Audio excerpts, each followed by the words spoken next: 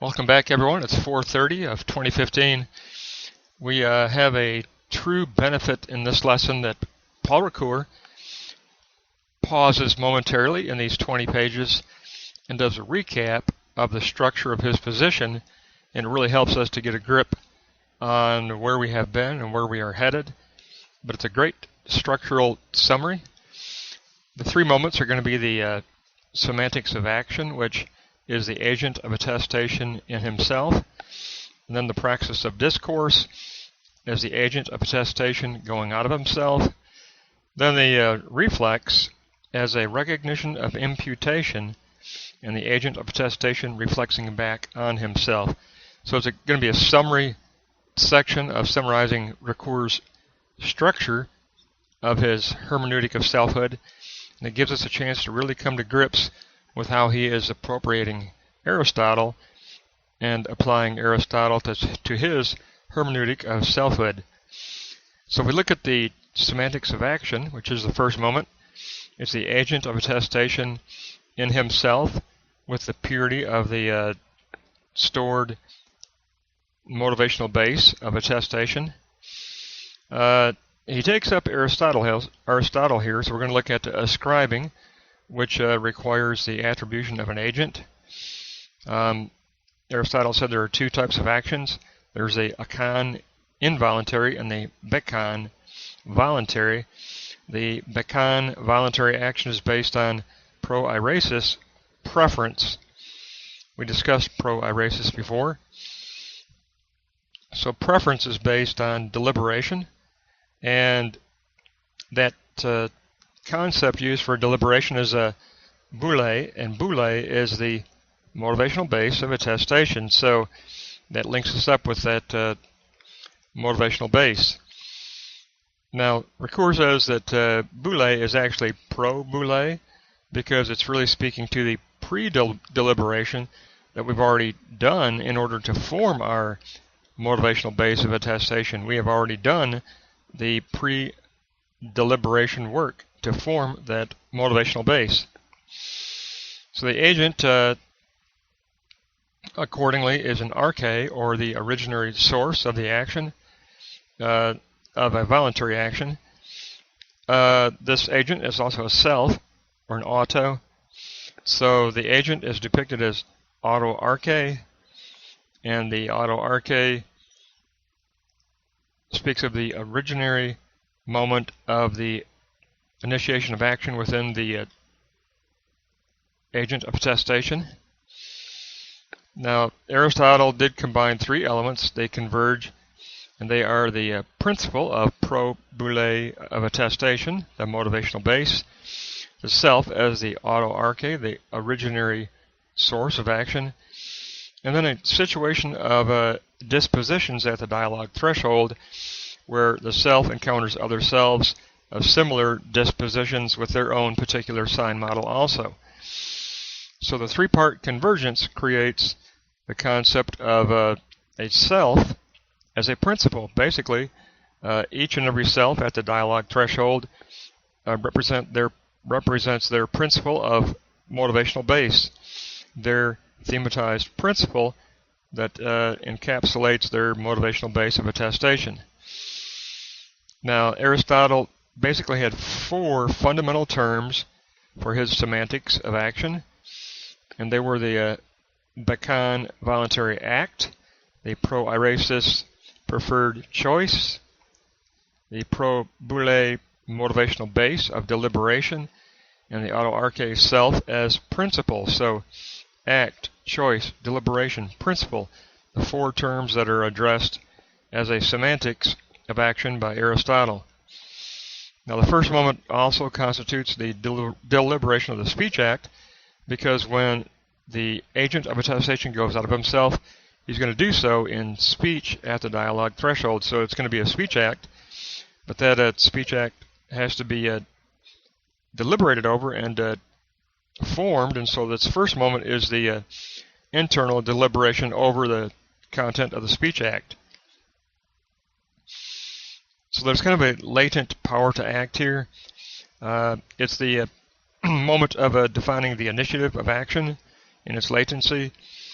So this power and this initiative combine to form the agent's causality of freedom. That's what Ricoeur calls it. He calls it a causality of freedom that is going to be activated. And it's activated as an absolute spontaneity of the cause. And it marks, primarily for Ricoeur, it marks the beginning of the ordered world that wants to go out of itself as a beginning in the world, as a beginning of the ordered world. And that, of course, speaks to the sign model that the self has stored in memory.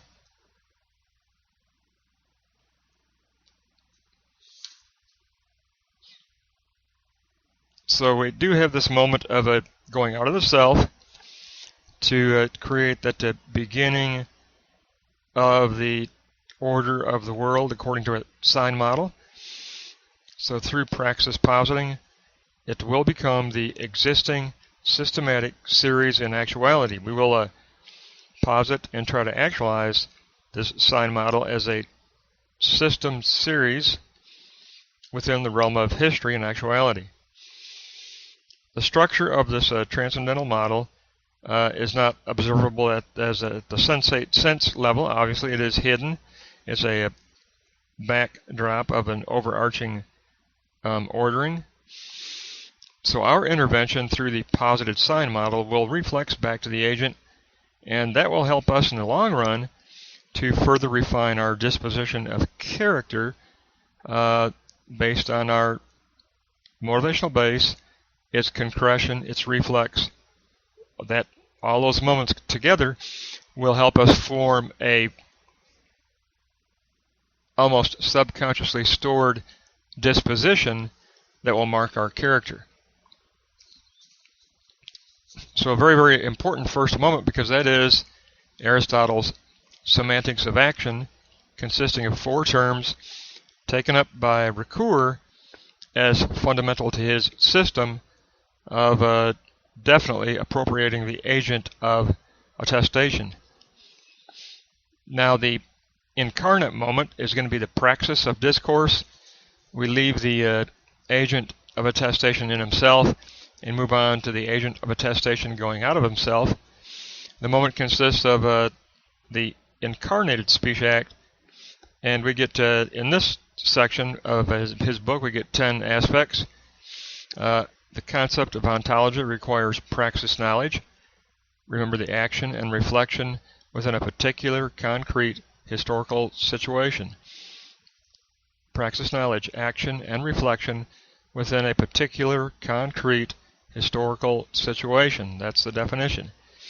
Now the pro-iresis decision of preference makes the positive praxis worthy and of a moral value.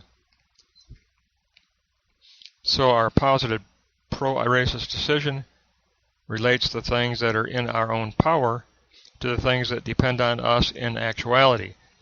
It relates our internalized latency of power to become actualized within history as that which depends on us for its freedom of movement. So we become kind of a curious lord of action because it is our action. We are in control of it in our positing. And it combines mastery and paternity.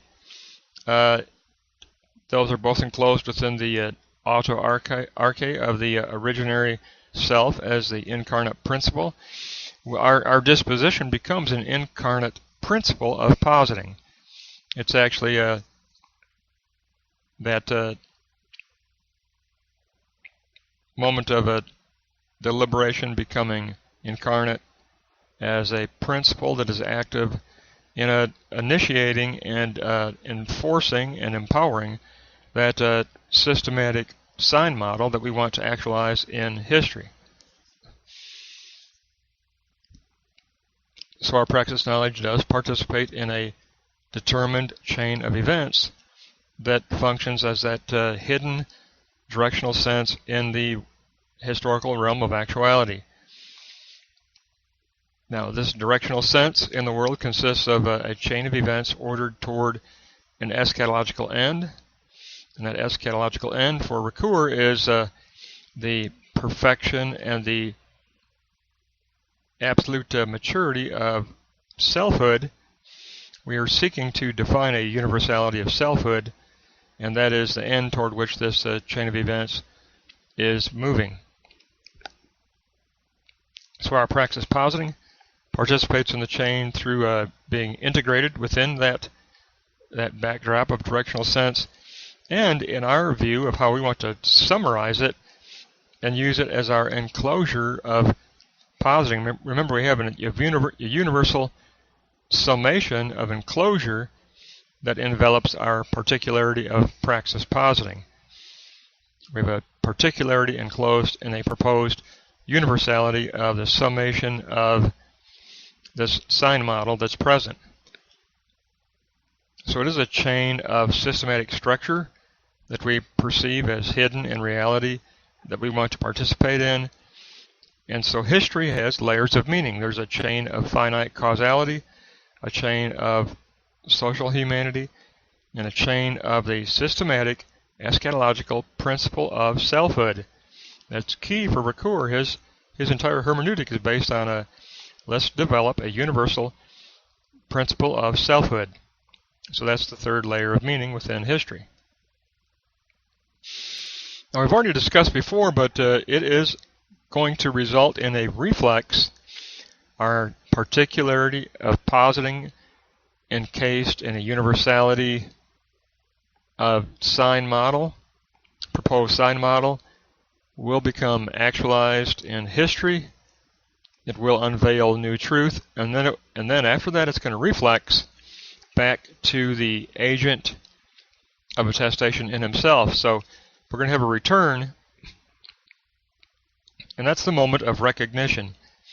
There's a reflex of what Ricoeur calls imputation. There's more or less an evaluation of what we posit by the remaining intersubjective members of the dialogue as to if it's praiseworthy or to be blamed, and that is imputed to our agency as the originary agent on a level of the ethical and the juridical. So our praxis of attestation is recognized as to if we acted according to the contract of universal narrative. That's the understood contract that we have at the dialogue threshold, that we are positing our sign model version of the universal narrative, and we are positing our particularity of praxis integration and our universality of narrative enclosure.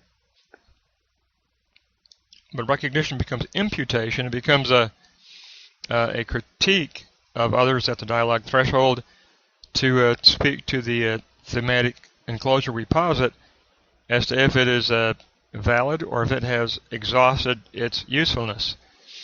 So this juridical reflex takes place because the agent is responsible possessor of the action. We do take up ownership of our positing, and we reach this level of moral imputation where our positing is evaluated according to the posited praxis that we posit as a particularity of integration and the complex chain of action, which is that universal sign model structure which encloses that particularity of praxis. So it is in the third moment, it becomes a speech act of a reflexive verdict.